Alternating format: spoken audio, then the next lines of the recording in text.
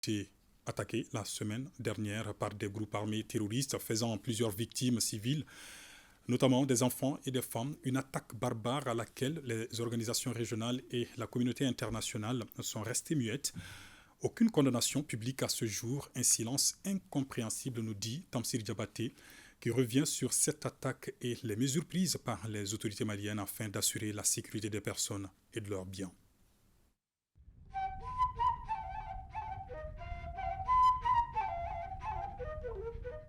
Horreur, les terroristes ont commis un sacrilège ce jeudi 7 septembre 2023. S'attaquer à un patrimoine du Mali vieux de 4 décennies au service du transport fluvial.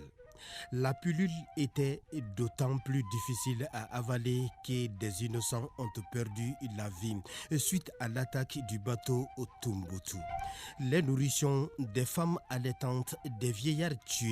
Ce grand-père qui s'occupe désormais seul de ses petits-enfants qui ont perdu leur mère. Ce sont les femmes de bonne volonté qui allaitent le petit qui n'a que 22 jours.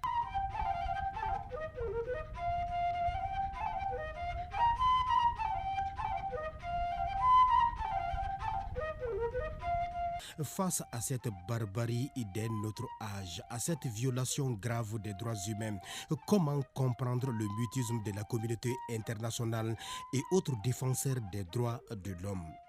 Ceux-là même qui sont prompts à bondir et à dégainer dès qu'il s'agit des droits de l'homme. Ceux qui n'ont pas hésité de faire des faux rapports sur les événements de Moura, gardent un silence de carpe face au massacre de civils et à la destruction du bateau Tumbuktu. Les ennemis de la paix dans leur furie ont attaqué les positions des femmes dans les villes de Bamba, Gao et Bourem. Mais c'était ignorer la puissance de feu des femmes.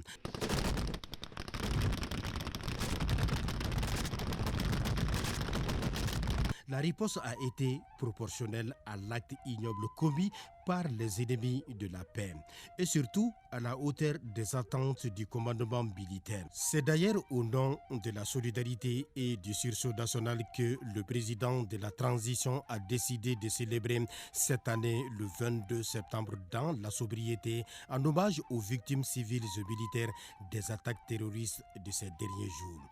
Et mieux, le chef de l'État a instruit au gouvernement d'orienter les ressources financières prévues pour le 22 septembre à l'assistance aux victimes des attaques terroristes.